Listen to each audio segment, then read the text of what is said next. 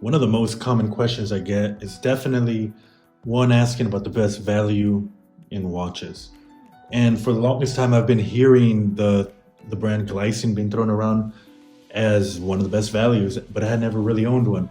So I decided to give one a try here, and I have to say they might be right. This might be the best value in watches. And for someone who has reviewed probably hundreds of watches by now, that's a pretty big statement there. I have owned this watch for about 3 or 4 weeks now, so I have opened it, but I always like showing off the packaging just because I do think it's relevant when talking about value. Standard outer box, inner box, pillow, warranty cards tag, pretty standard. Nothing great, nothing bad, but just so you know what you get when you buy this. I did buy this pre-owned, and I'll talk a little bit about that, but I want to move quickly out of the boxes side to really talk about this watch. And here it is. Today we're taking a look at the Glycine Combat Sub, but specifically the bronze version of it.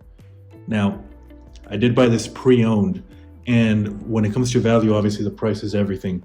So the big thing here is that I believe these do retail for around $450, around there, $400, $500, somewhere between there. But I was able to get this one for about $200 shipped used. So that, in my opinion, is one of the starting points to really discuss the value proposition of this one. I paid about $200 for this. It does come on this rubber strap. It's relatively flexible. It's really comfortable. It's a little bit thick for my preferences, but that's fine. The buckle here is also bronze. But as you can see in the title of this video, I actually took it a step further and actually purchased my first ever bronze bracelet from Zelos. So we'll take a look at that right now after reviewing the specifications here. So what makes this watch so great? That's always been my question before actually handling one. And there's quite a bit of things. First of all, just on paper, this thing's incredible. You have a 120 click bezel here, very firm, but not impossible to turn. To me, this watch has become just about the most comfortable watch to wear because of its dimensions. While it is 42 millimeters, it's a little bit on the bigger side, especially for someone like me with a small wrist.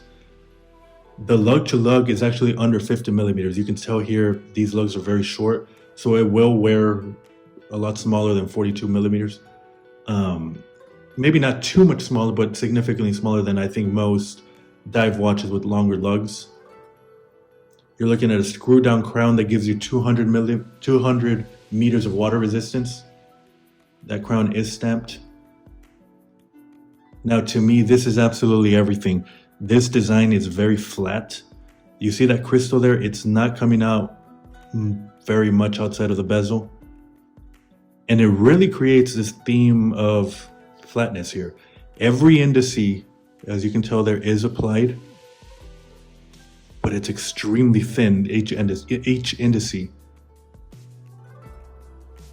Along with this theme of flatness, you have, in my opinion, fantastic thickness of under 11 millimeters. I think this clocks in at around 10.5 millimeters, which for a dive watch is actually really, really thin. You have some killer lume that we'll take a look at right now. You have an anti-reflective coating of two or three layers. It's multiple layers. And of course, sapphire crystal. Now, the thing with bronze is that it obviously patinas really, really uniquely. That's kind of the appeal of bronze. The case back is stainless steel, and it's screw down. But when I purchased this watch, I had been patinaed quite a bit, so I tried to clean it up as best as I could. And I wanted to see how well the patina actually grows naturally. Like I said, I've worn this for about 4 weeks daily, and I've seen really no major difference, but I don't wear this in extreme environments. So again, just to recap there, we have 200 meter water resistance, screw down crown, applied indices at every turn there. I know it's a small detail, but I really do appreciate that square perimeter around the date window. I think that goes a long way that a lot of brands miss. You have 120 click bezel, sapphire crystal, anti-reflective coating. Now the movement inside, I have seen some report that this is kind of an in-house movement, but that is just about synonymous to an ETA movement. You're looking at around 39 hours of power reserve. It's not the greatest, but again, at this price point, to get a Swiss movement like that is just incredible in my opinion. To me, really the selling point here are the dimensions. Under 11 millimeter thickness. The crystal is not coming out very much, so you get a very, very slim profile here. Again, I purchased this for $200 shipped already, used. The design, it's very, very traditional. I appreciate that they don't go after the Rolex look like most dive watches. You're looking at a pretty standard handset, pretty not aggressive design, which in my opinion is good. I enjoy the color palette used here goes well with the bronze. But really, I can't think of very many watches that have these specifications at this price point. And the big selling point to me is a bronze. There aren't very many bronze watches in the market. So the ones that are, they're really, really expensive. Now that brings me to the other side of this review. When I purchased this watch, I wore it for about a week and I thought I really do need a bracelet on it. I purchased some stainless steel bracelets that had some rose gold coloring, but it didn't really match up. And I started looking around and I found that Zelos actually makes a straight end bracelet that they sell independently. I had no idea. I actually think they might be just about the only ones who do that. So I actually went ahead and purchased it. Now it came in this nice packaging here. And obviously I already opened it, I already sized it, and I've been wearing it. So obviously I took out quite a bit of links. So let's see here how many I did take out. Wow, 6 links. And here it is right here. Now again, this paired with this looks fantastic. We'll check it out right now. But the fact that they sell a bronze bracelet on its own, to me, is pretty awesome. I don't see these a lot. I don't see them at all, actually. So they might be the only ones that sell this independently. So again, that brings me back to the value proposition here. When it comes to a bronze watch with an actual bronze bracelet, I couldn't really find very many, if any at all, besides Christopher Ward. I know Hamilton has their khaki that's bronze. A few other micro brands have bronze watches, but they don't come with bronze bracelets. And the Christopher Ward that I did see was running over $1,000. So again, I purchased this watch for $200. I purchased a bracelet for $200, which really, in my opinion, is fantastic pricing. Very flexible here. It does have this micro adjustment, which really makes all the difference in the world. This little button, this logo here, if you push it, it allows you to, here, let's take a little bit of a closer look. Once you engage this button here, you're able to put it in there. You engage it again, and it gives you a little bit of space. So it really does give you a good 2 or 3 millimeter difference. That just, again, it makes all the difference in the world. I think we've all worn those bracelets that on some humid days it feels a little tight, or vice versa. And really, that, to me, this is a game changer when it comes to bracelets. I don't understand why more brands don't do this, but I appreciate it. And the other kind of game changer here with this bracelet is that obviously this is all bronze here, but if you look here, half of it, the bottom half, is actually stainless steel. Hang on, I think the camera is catching the watch here. Is actually stainless steel here. Now, what's the purpose of that? Bronze obviously patinas a lot, and when it does, it might leave some residue on the skin. So as I understand it, the concept here is that the stainless steel will kind of protect the user from that. So you get the benefit of the look of a bronze, while you don't get the downside of the bronze kind of patinaed on your wrist. Again, that's incredible to me that they're able to do this for $200. Most bracelets, most half decent bracelets, cost a lot more than that. Bronze bracelets, seeing that they're so rare, I could have imagined they would have charged twice as much as this. Kind of a side point, I ordered this, and from the moment of ordering it to it being delivered to my door was literally 2 days, which to me is incredible. I paid $200 all in. For some reason, I think that included the taxes already and the shipping for sure. So that really does play a major role for me here. Let's go ahead and put it on the watch and see how it looks, how it matches, and so on. And here we go. Here it is right here.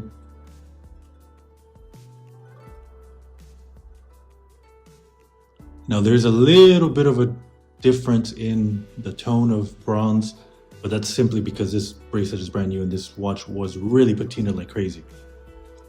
But again, when talking about a value proposition, I guarantee you will not find a dive watch with all of these specifications, with the Swiss movement, 200 meter water resistance, with these great dimensions, and a bracelet, being able to buy a bracelet for $200, all of it coming in at under $600. I guarantee you will not find that. Now this bracelet is straight end, so it doesn't quite fit. There is a little bit of a gap here. If that bugs you, this might be the deal breaker for you, but for me, because these lugs are relatively straight, it's not that big of a gap. But overall, like I said, I don't think you can find something better than this.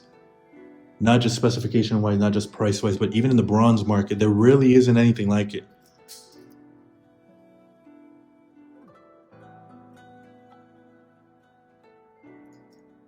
So now the other aspect of this is the lume. Let's go ahead and take a look at that and really see how great this watch, this lume is. All right, so let's go ahead and compare it to some other dive watches in similar price range. So I have the Seiko Dark Manta here. Now to me, Seiko is the absolute best lume in the market at this price range. And honestly, even in bigger price ranges, I do own a couple of Rolexes, Tudors, and the lume is actually not better than Seiko. I would say it's on par, if not worse. So to me, Seiko is pretty much the king of lume. So here we go. Let's see how it stands next to the Glycine. Yeah, honestly, believe it or not, I actually think the Glycine might have better lume. Both of these watches are applied indices, but I'm not sure if you're able to tell there, but the Glycine is actually quite a bit brighter. Let's try it one more time with the light here.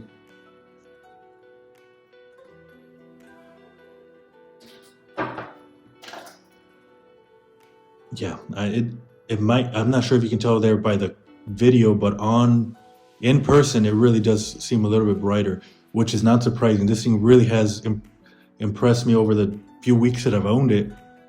It's just on all night, and it definitely is legible all night of being in the darkness. Now, I also brought out this Citizen ProMaster. Let's see how it holds up against that.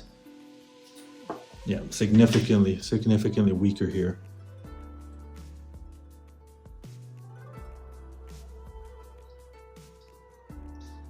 So again, when it comes to the value proposition here, I don't think I've seen anything better than this one here. The Glycine, once again, 200 meter water resistant, under 11 millimeters thickness, very flat.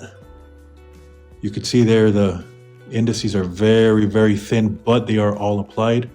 The handsets sit very, very flat too. You know, I just realized actually that the outer box around the date is also lumed. I had never seen that. That's interesting. You do have a pip right here. That's also lumed. Screw down crown.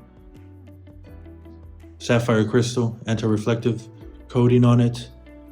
A Swiss ETA movement, or an ETA clone adjacent movement.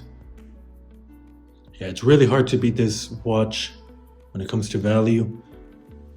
And I actually might think it might be the best value I've ever seen in watches, which is a very, very tall order.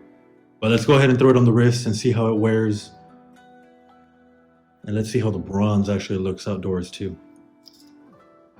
Yeah, on the wrist, it does wear a little bit big, but I've been wearing this for a few weeks, and it's something I do get used to. I do want something a little bit bigger on a dive tool watch while keeping it really thin. The bronze looks fantastic in the sunlight like this. It does look exactly the same, even though one is aged. Oh, the case is aged compared to the bracelet. But really, I stand by what I'm saying when I say this might be the best value in watches that I've ever owned, which is saying a lot.